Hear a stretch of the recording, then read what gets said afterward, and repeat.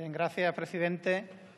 El derecho de asilo, aunque no está regulado a lo largo de la humanidad, ha sido una práctica que los seres humanos han practicado a lo largo de siglos. De hecho, cuando se huía de una guerra, se huía de un conflicto, siempre se encontraba el abrigo y la protección en otro territorio.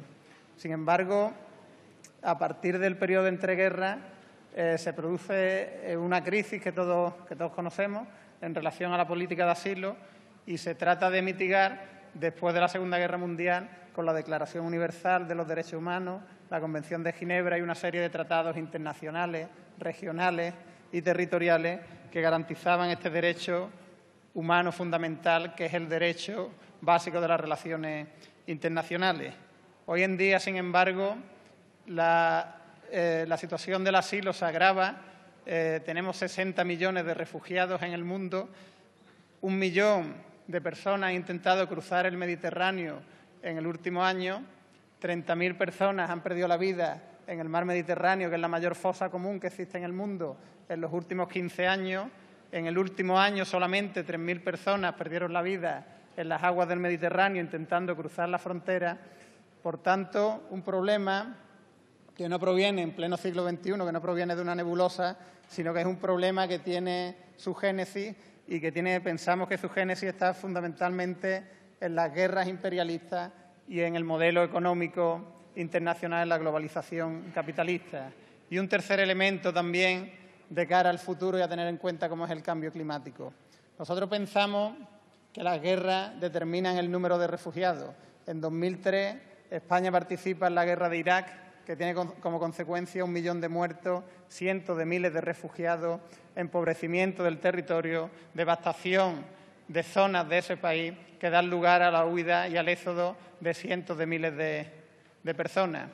En 2011 se participa en la zona de exclusión aérea en Libia, a priori para evitar bombardeo, pero que en la práctica sirvió para bombardear al ejército libio y permitió el paso de los yihadistas en este país, que hoy en día es un Estado fallido, que hoy en día es un Estado por donde transitan libremente armas y grupos terroristas.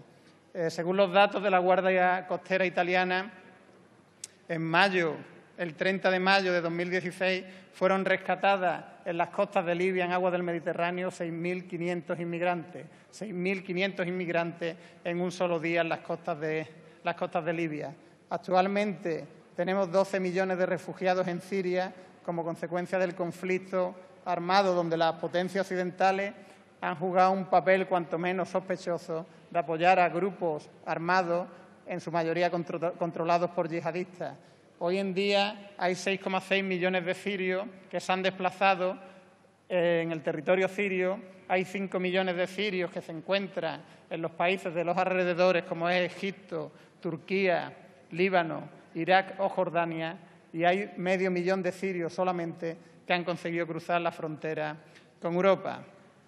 Y existe también otra guerra que aporta refugiados, como es la de Yemen, que no aparece tanto en los medios de comunicación, donde la aviación de Arabia Saudí bombardea impunemente colegios y hospitales en territorio yemení. Quizá el hecho de ser socio petrolero y comprador de armas europeas haga que esta guerra se conozca menos por parte de los ciudadanos y ciudadanas. Y hay otro elemento que es el modelo económico. Señor ministro, hoy el 1% de la población mundial posee más riqueza que el 99% restante. Hay 80 personas en el mundo, 80 personas que poseen más riqueza que 3.500 millones de personas en el mundo. Un modelo económico que genera desigualdad, que genera pobreza y que genera el éxodo de personas desde el sur al norte buscando mejores condiciones de vida, buscando condiciones dignas para vivir, que lamentablemente en la mayoría de los casos tampoco encuentran en los países del norte. Hoy Europa se encuentra con 1.250.000 peticiones de asilo. De ese 1.250.000, apenas el 1% pertenecen a España, 14.600, frente a las más de 440.000 que registra Alemania, las más de 70.000 que registra Francia o las más de 80.000 que registra Italia. Y de esas 14.600 que registra España, solo 3.240 expedientes han sido resueltos. el 31% frente a países como Alemania, que resuelven el 57% a pesar de tener un volumen mayor de expedientes, o países como los Países Bajos, que resuelven el 80%. La situación, además, se agrava en nuestro país cuando contemplamos que de ese escaso más de 1.000 personas cuyo expediente ha sido resuelto, 220 personas recibieron el estatus de refugiado y 805 la protección subsidiaria, cuando la figura de refugiado contempla más garantía de derechos para las personas que la protección subsidiaria, que obliga a reexaminar el expediente a los 5 años y que dificulta la obtención de la nacionalidad. Como conclusión, pensamos que el sistema de asilo y acogida en España es un desastre, que falta voluntad por parte del Gobierno. Ya sé que el ministro estrena cartera, pero no podemos negar los 4 años de mayoría absoluta del Gobierno de Rajoy, donde este problema no ha sido abordado, porque aún no contamos con un reglamento que desarrolle la Ley de Asilo de 2009, después de 7 años, cuando la disposición tercera de dicha ley emplazaba a desarrollar un reglamento en el plazo de 6 meses, con las consecuencias negativas que eso aporta a las personas que piden asilo en nuestro país. Además, pensamos que la Oficina de Asilo y Refugio tiene poco peso en el organigrama ministerial del Gobierno. La Oficina de Asilo y Refugio centraliza las peticiones de solicitud en España. No sé, señor ministro, si habrá leído el último informe de la Defensora del Pueblo, Soledad Becerril, nada sospechosa de izquierdismo, donde manifestaba que la Oficina de Asilo y Refugio solamente cuenta con 3 trabajadores sociales, que existe falta de personal, que solamente se cuenta con un intérprete en ruso y en armenio y que para el resto de idiomas se solicita intérprete a la Comisión Católica Española de Migración, que el sistema informático es obsoleto, etcétera, etcétera. Tenemos además el acuerdo con la Unión Europea, que establece un cupo para España de 17.000 refugiados para septiembre del año que viene. Hasta ahora han llegado 687 refugiados. Existe además descoordinación en nuestro país con las comunidades autónomas, ayuntamientos o incluso ONG que han manifestado la voluntad de acoger a refugiados y de implicarse en la política de asilo. Además, se estima, según las asociaciones y ONG españolas, que hay un stock de 16.000, en torno a 16.000 expedientes sin resolver. Y sabe usted, señor ministro, que hasta que no se formalice una solicitud se está expuesto a la expulsión como consecuencia de irregularidad administrativa. Además de las demoras de hasta 5 meses, cuando las directivas europeas establecen un plazo máximo de 6 días. Falta también, según el informe de la Defensora del Pueblo, inversión por parte del Gobierno en formación de los trabajadores de la oficina en relación a cuestiones como el idioma, a cuestiones de género o a cuestiones de orientación sexual, que esperamos que en esta legislatura el señor ministro aborde.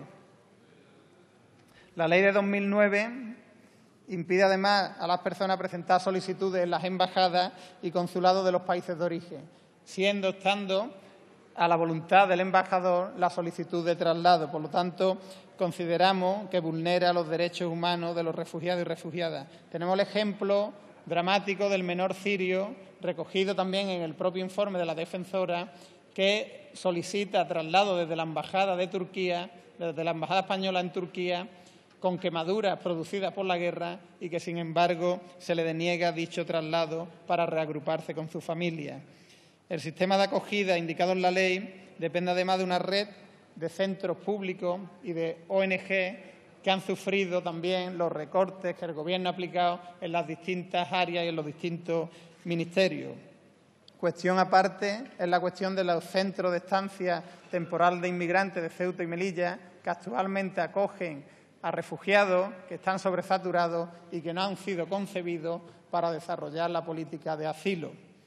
Un principio básico también de la Convención de Ginebra es el de no devolución de personas. España es tristemente conocida a nivel mundial por las devoluciones en caliente que se producen en la frontera sur y que además han sido elevadas a rango de ley a través de la ley Mordaza. Las devoluciones masivas atacan a derechos contemplados en nuestra Constitución en los tratados internacionales y en la Convención de Ginebra, como por ejemplo el derecho a la identificación de personas necesitadas de protección y asilo. Además, como bien sabe el señor ministro, actualmente se está abordando la reforma del Sistema Europeo Común de Asilo, el SECA, y desde nuestro grupo le pedimos que armonice la legislación, pero no a la baja. Queremos derogar el protocolo de Dublín porque pensamos que es irreformable y que se garanticen los derechos humanos de las personas solicitantes de asilo. Finalmente, me gustaría, señor ministro, preguntarle si le parece normal la precariedad en la que se encuentra la Oficina de Asilo y Refugio, según el propio informe de la Defensora del Pueblo, cómo piensa cumplir el compromiso con la Unión Europea de acoger a 17.000 refugiados cuando hasta la fecha solamente se han acogido a 687, qué van a hacer para resolver el stock de más de 16.000 expedientes sin resolver y en relación al SECA, quién está negociando por parte de España, con qué criterios y, finalmente, dada la nula implicación del Gobierno en materia de derechos humanos en relación a los refugiados y refugiadas, le pediría al Gobierno si podría compartir con este Parlamento la posición española en Europa. Muchas gracias. Gracias, señor Bustamante.